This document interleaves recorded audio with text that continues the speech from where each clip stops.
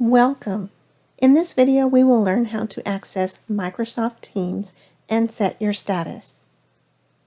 To launch Teams, come to the Windows icon in the lower left corner and scroll down to the M's and find Microsoft Teams. You can now select it to go ahead and launch, or you can set it to your taskbar. To set it to your taskbar, right-click, go to More, and say Pin to Taskbar. You will see it show here. You might not want it on your taskbar, and you may just want it here in your Start menu. You can do the same. Right-click and say Pin to Start.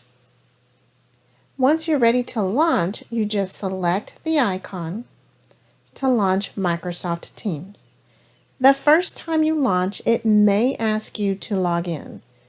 Just use the same login you use to sign in to your laptop. You will find in the upper right corner there's an indication of your status.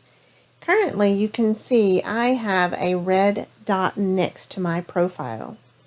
It's directly correlated to your Outlook calendar, and you can see I have a sample meeting here.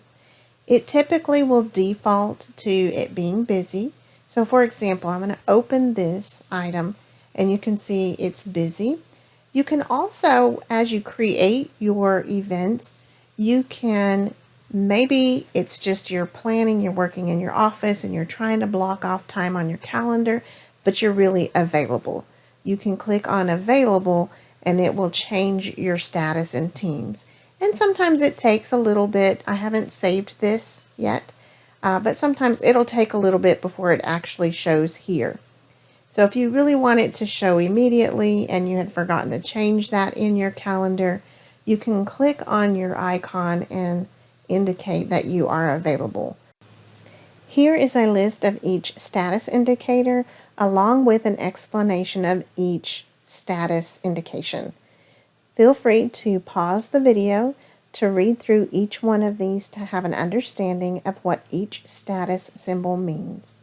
You can also set a duration of when you're available or when you're busy. So I'm going to say change it to being available, and let's look at the duration. I can change to say that I'm busy for a moment, and I'm busy for 30 minutes, an hour, etc., or you can even customize that. So you have some flexibility there on indicating your status. I know that's something you probably won't necessarily always remember to change on your meeting invites and such. But like I said, typically it will just default to show you busy if you've got a meeting on your calendar. Another thing you might want to look at is your settings. So click on the three dots, click on Settings, and here in the General section, you can change your theme, your chat density, layout, whether you want the auto start application. So as soon as you open your computer, it'll auto start the Teams and you don't have to constantly sign in.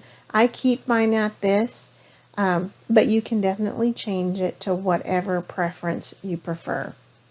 Another one that you might want to look at is the notifications. Just kind of go through here, look at each one and set it according to how you would prefer. This will get you started with Teams and setting your status, etc.